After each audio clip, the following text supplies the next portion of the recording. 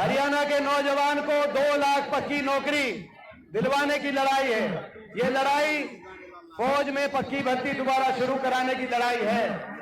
और ये लड़ाई हमारे खिलाड़ियों को मान सम्मान, 6 मेडल आए, 6 मेडल में से 5 मेडल अकेले हरियाणा के आए। हम बधाई देते हैं अपने खिलाड़ियों को, 5 मेडल आए ओलंपिक में, 6 में से 5 मेडल हरियाणा खिलाड़ी लेके आए।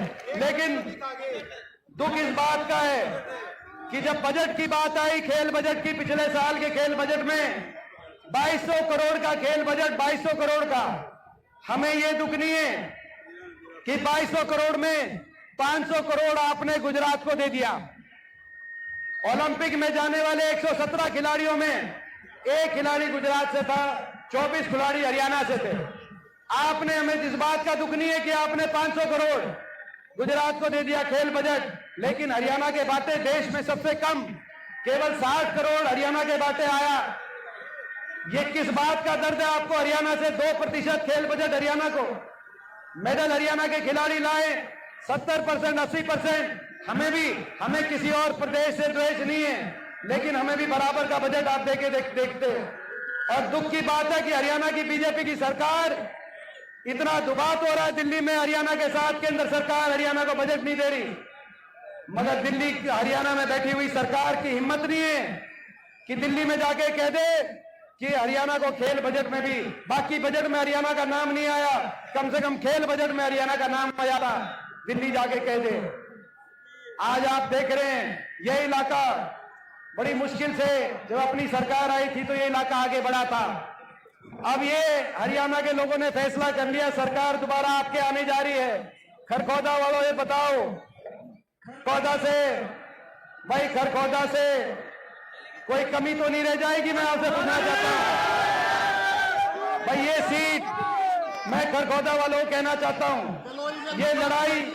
ये लड़ाई आपके और हमारे हरियाणा के भविष्य को बचाने की लड़ाई लड़ रहे हैं, आर पार की लड़ाई लड़ रहे हैं। 10 साल से ये जब लड़ाई लड़ते हैं तो देखो, ये लड़ाई लड़ते हैं 10 साल से, आप देखते हो पूरी बीजेपी के निशाने पे भी आते हैं।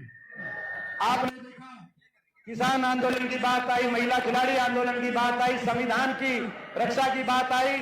जब देश की सबसे बड़ी पंचायत में मैं अकेला विपक्ष में एक ही सांसद रह गया था हरियाणा से, आपकी आवाज उठाता था तो सारी बीजेपी टूट के पड़ती थी, लेकिन आपका आशीर्वाद मेरे साथ था।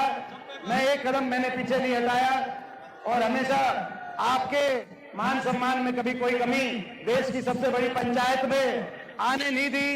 इन 10 साल में भी कोई ये नहीं कह सकता कि भाई हरियाणा की आवाज नहीं वहां नहीं पहुंची थी, आपके आशीर्वाद की वजह से।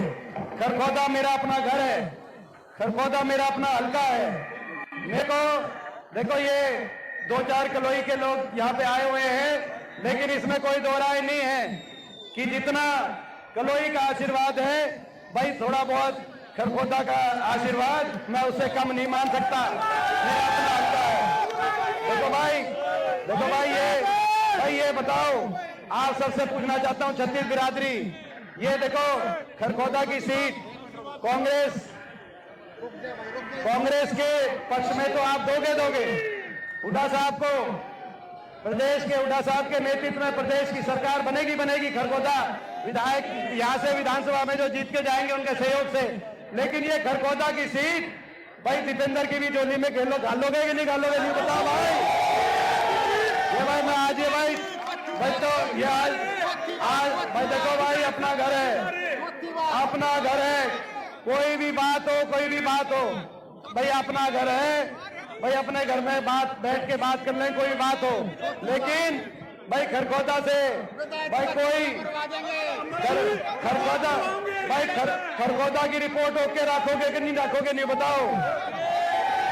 अब ये बताओ दूसरी बात, और भाई देखो अगर ये कलोई का रिकॉर्ड तोड़ दोगे तो फिर तो कोई बात नहीं। अच्छा भाई, अब चलेंगे। बारिश से परेशान तो कोई सा नहीं हो जाएगा भाई।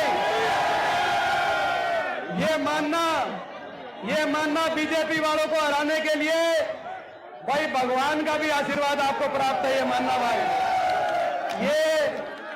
ये जो ऊपर से बरस रहा भगवान, ये गंगा स्नान कराने लग रहा है कि बीजेपी वालों को भगाओ, पुण्य पाओ। ये भगवान का भी आशीर्वाद।